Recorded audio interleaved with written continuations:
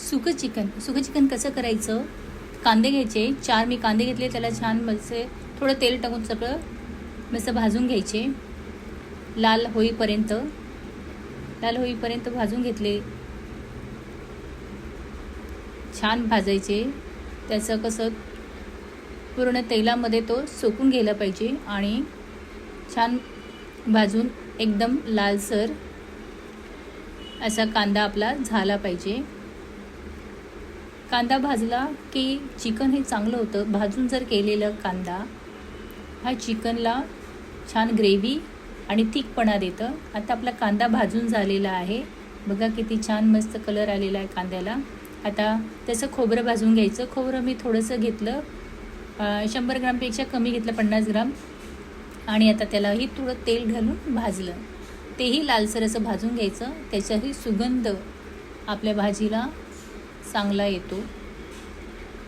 खोबरं हे वेगळं भाजायचं म्हणजे त्याला कसं भाजलं जातं. आता दालचिनी घेतली आणि तेजपत्ता घेतला, हे पण वेगळं असं भाजून घ्यायचं. तेही असं सुटं असं भाजून घेतलं की मसाला हा चांगला भाजला जातो. तर हेही छान थोडंसं मी तेल घातलं आहे त्याच्यामध्ये आणि त्या तेलामध्ये मसाले हे चांगले भाजले जातात. जेव्हा आपल्याला लगेच भाजी करायची आहे तर थोडं तेल टाकून खडे मसाले भाजून घ्यायचे. कोरडेही भाजू शकता, पण जरा तेल टाकलं की थोडा स्वाद अजून चांगला येतो, म्हणून खडे मसाले हे आपले थोडं तेल टाकून भाजायचं. आपलं आता मी टाकलं आहे धने टाकलेले आणि मोहरी, जिरं आणि 6 जिरं असते छोटा, ते टाकलेलं आहे. आणि याला पण छान भाजून घ्यायचं. हे आता मी कोरडंच भाजलेलं आहे. हे कोरडं भाजलं की तुम्ही डब्यात भरून पण ठेवू शकता आणि 8 दिवस खाऊ शकता.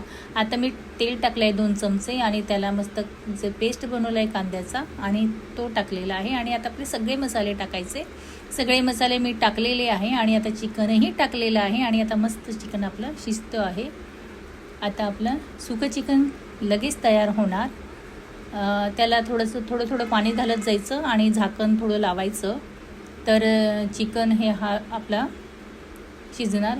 कारण चिकनला मी बॉईल केलं नाही आहे, पण हे थोडं पाणी घालून आपण शिजवायचं. बॉईल चिकनला तेवढं टेस्ट लागत नाही, म्हणून चिकन असं वरून हे टाकायचं. आता थोडं पाणी घालायचं आणि थोडं शिजवत राहायचं. आपलं सुकं चिकन लगेच तयार होणार. 5-10 मिनटामध्ये तयार होऊन जातं चिकन. आता थोडं झाकण लावलं आहे मी. झाकण लावल्यानंतर बघा आपलं सुकं चिकन तयार झालेलं आहे. किती मस्त दिसतो आणि टेस्टही छान येतो. असं मी सगळे मसाले मिक्सीला लावून भाजून घेतलेले आहे. आपलं सुकं चिकन तयार आहे.